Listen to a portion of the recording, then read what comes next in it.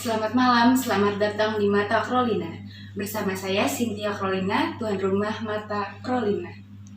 Malam ini kami akan bahas mengenai Corporate Social Responsibility, tanggung jawab sosial dan etika manajerial.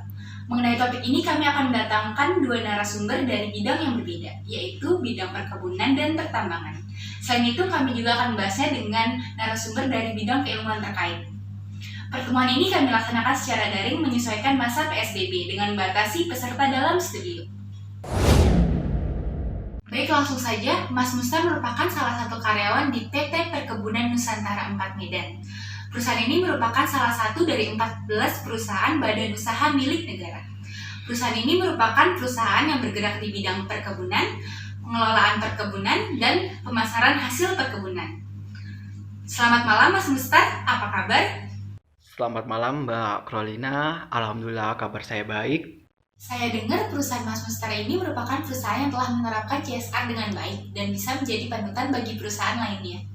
Saya pengen tahu nih, selama Mas Mustar bekerja di sana, treatment apa saja yang sudah Mas dapatkan? Dari yang menguntungkan hingga merugikan. Selama ini alhamdulillah hubungan dengan pihak manajemen sangat baik. Mereka menyediakan program pelatihan kerja yang mengacu pada standar kompetensi karyawan, hingga mengerjakan karyawan yang menyandang cacat. Semua orang mendapatkan kesempatan yang sama hingga perlakuan yang sama juga.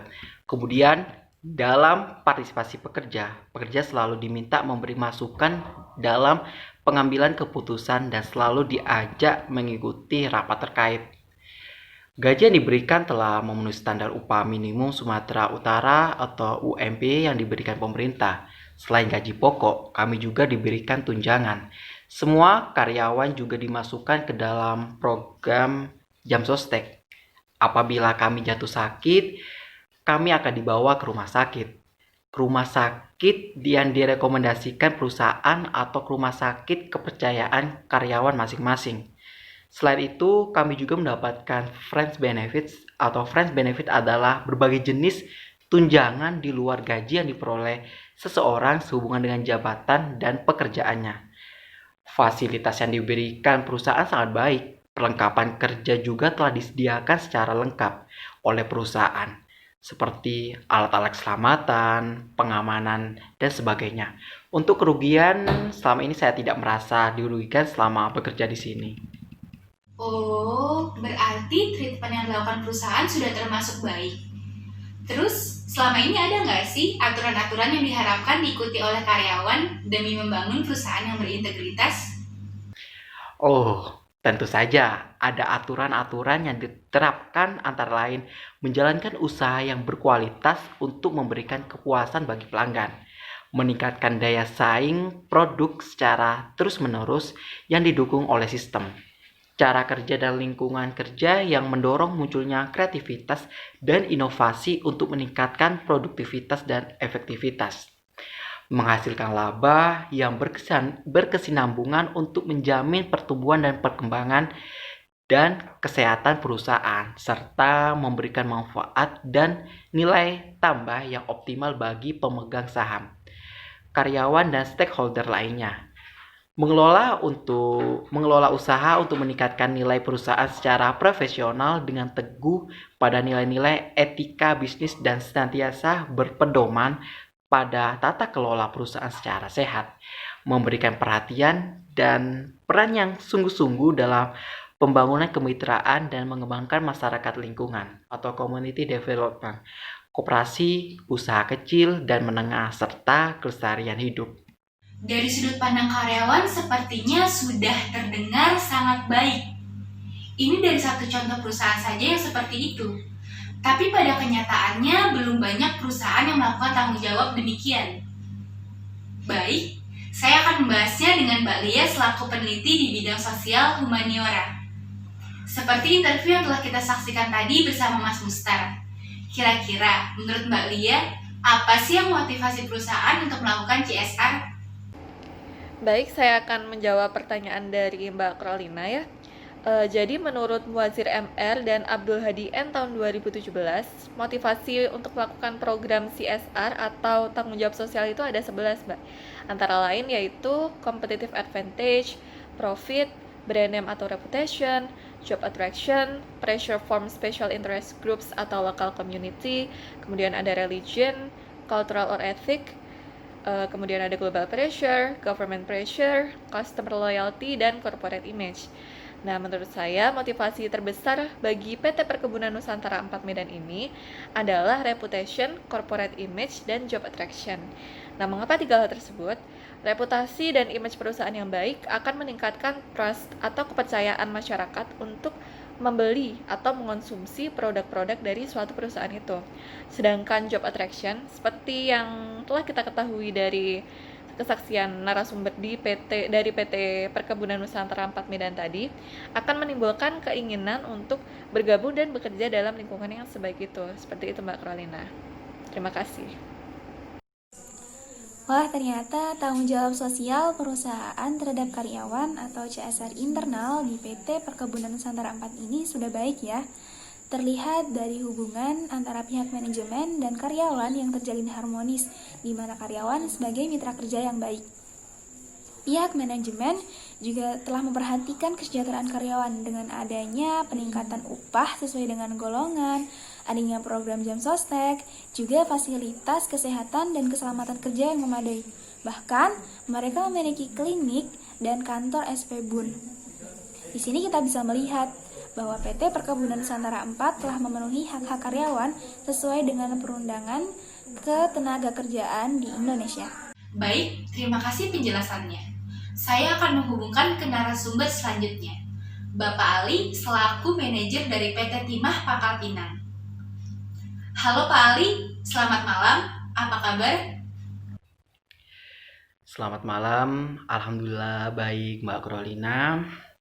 Baik, langsung saja, masih dalam lingkup CSR dan etika manajerial.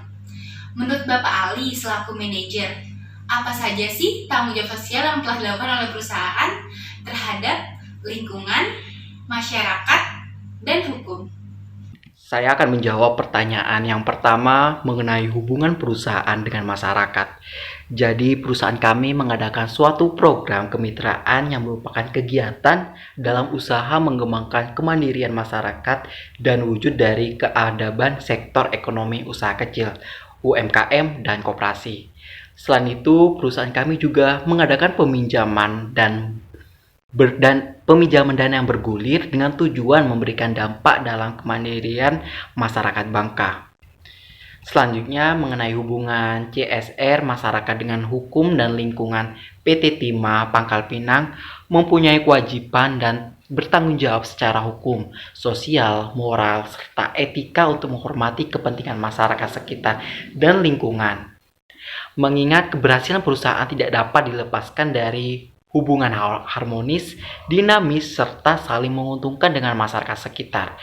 Perusahaan juga harus mewujudkan kepedulian sosial dan lingkungan, serta dapat memberikan kontribusi yang nyata bagi pengembangan dan pemberdayaan masyarakat sekitar perusahaan dan lingkungan, terutama sekitar pusat operasi dan penunjangnya. CSR terhadap masyarakat dan hukum sudah dijelaskan dengan cukup baik. Namun, CSR terhadap lingkungan menuju Green and Sustainable Management, manajemen yang ramah lingkungan dan berkelanjutan, belum disinggung cukup banyak ya. Padahal, komponen lingkungan ini justru sangat penting dalam menuju Green and Sustainable Management.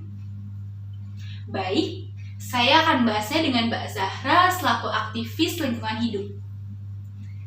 Seperti interview yang telah kita saksikan bersama Pak Ali sebelumnya. Kira-kira menurut Mbak Zahra, apa sih pendekatan yang dapat dilakukan oleh perusahaan dalam menuju perusahaan yang ramah lingkungan? Nah, jadi menurut saya terkait pendekatan yang dapat dilakukan oleh perusahaan supaya menjadi perusahaan yang ramah lingkungan itu ada dua pendekatan. Yang pertama adalah pendekatan hukum. Pendekatan hukum ini dapat terjadi apabila perusahaan mampu memperlihatkan sedikit kepekaannya terhadap lingkungan. Nah, perusahaan harus mematuhi undang-undang, peraturan, hingga perlindungan pemerintah secara sukarela tanpa tantangan hukum. Nah, yang kedua itu adalah pendekatan pemangku kepentingan atau seperti yang kita ketahui itu adalah stakeholder. Nah, seperti apa sih pendekatan stakeholder ini? Jadi, perusahaan harus menanggapi tiap-tiap tuntutan yang dibuat oleh karyawan, supplier, atau pemasok, hingga masyarakat. Kira-kira begitu. Kemandirian masyarakat Bangka yang tercipta dari program tanggung jawab sosial perusahaan PT Timah Pangkal Pinang terbukti dirasakan kebermanfaatannya oleh para mitra binaan usaha kecil atau UMKM yang berada di masyarakat Bangka, juga kelas unggulan yang merupakan putra-putri terbaik dari Kepulauan Bangka Belitung. Kemandirian masyarakat yang tercipta dari program tanggung jawab sosial ini merupakan adanya keadaban kewarganegaraan dalam peningkatan ekonomi kewarganegaraan dan peningkatan kualitas pendidikan melalui kegiatan yang ada dalam program kemitraan dan program bina lingkungan. Adanya program ini telah menjadikan masyarakat lebih bisa mandiri, tanggung jawab, disiplin, dan memiliki keterampilan dalam meningkatkan kualitas hidup menjadi lebih baik.